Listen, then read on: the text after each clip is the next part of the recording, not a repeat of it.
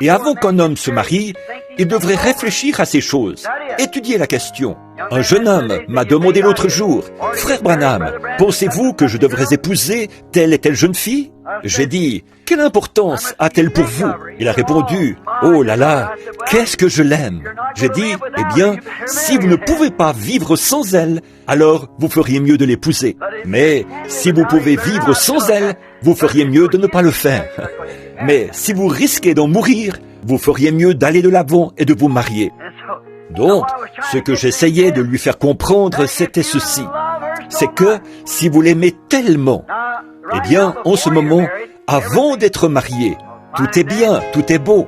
Mais une fois marié, le labeur et les épreuves de la vie commencent. C'est à ce moment-là que vous devez être tellement amoureux que vous vous comprendrez l'un l'autre. Quand elle vous décevra ou que vous la décevrez, vous continuerez à vous comprendre. C'est ainsi avec Christ, voyez-vous. Nous devons être tellement amoureux de lui que lorsque nous demandons quelque chose et qu'il ne nous le donne pas, cela ne nous ébranle pas du tout. Vous voyez pourquoi?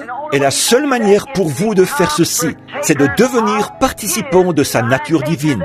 Alors vous comprendrez la raison pour laquelle il ne peut pas vous le donner. Participant de sa nature divine.